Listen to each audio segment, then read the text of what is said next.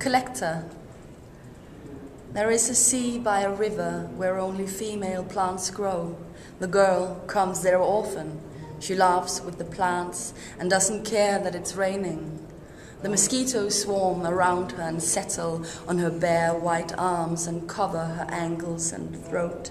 She waves goodbye to them when they've drunk their greedy full and float away in the wind like tiny red balloons that are smashed against the earth. She has heard that there are rare fish in the water, and that is why she walks out there so carefully. People usually throw coins and messages in bottles into the water. Those she finds, the girl gathers in her dress. She feels her way forward, breaking through the thick air with her every movement. Leaves fall from the trees and land before her in the water. Even if the contact is only brief, they create a rustling wall of sound. Everything contributes to a great surface, a gigantic instrument, a combined will to make noise. The fish are amused, they dart and swim between her feet. They open their toothless mouth and suckle her toes with gentle bites. She floats, and the fish are like 10 white horses working beneath her. She strokes them and blows smoke on them. She doesn't know whether they've had her completely underwater to greet her, but something inside her, the smoke and the air, draws her ribcage up when it's filled, like the messages in bottles that sink and bob up. They want to be found.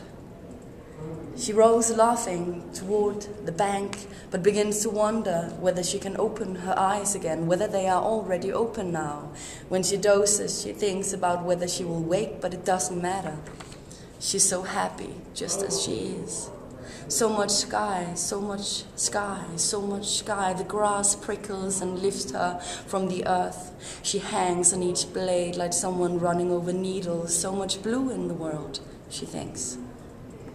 Nearby, a man sweeps the stairs and collects refuse. He's working so early that for others it is still night. He gathered things that should not have been discarded, and that night he had already found a small paper ship made of red tissue paper, a bottle with a message in it, which he looks forward to reading, and a flat chanterelle. The lamellas had all with a single footstep been pressed into one another, so they formed a picture on the ground. When he was a child, he only collected flat things, felt that a special unity occurred, that the flattening turned it into a snapshot, or the flat earthworms that crawled somewhere, a flat ladybug with its red outer wings spread to the side like a gown for an old-fashioned ball, with a little train of the actual wings, black and transparent, trailing after it. He found flat sparrows and let them float in the water, a flat plastic mark that could be taken up cleanly with a cookie spatula. There had to be a flat person who could drink from it. A flat person who walked around smoking a flat cigarette and lived in a flat house and slipped in and out of the front door like a letter. He collects the garbage in large bags with 4 strings that must be tied first the one way, then the other. He always walks through a park to empty the refuse cans, and it is often the same as in the garbage bags.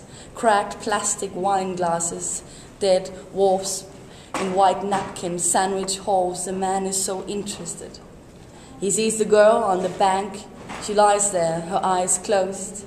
He thinks that she is some kind of sculpture of hard plaster, a mannequin that hasn't been put in a bag and bound with knots or bows. He thinks she's a thing he can take home and save, and that's what he does.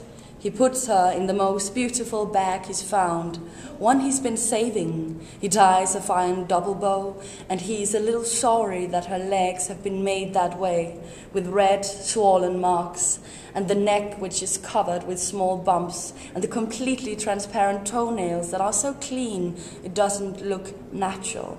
He carries her home, and she is heavier than he would have thought. He sets her in a room where he keeps special things. And there he saves her. As a first of her type in his collection, she'll be something completely special.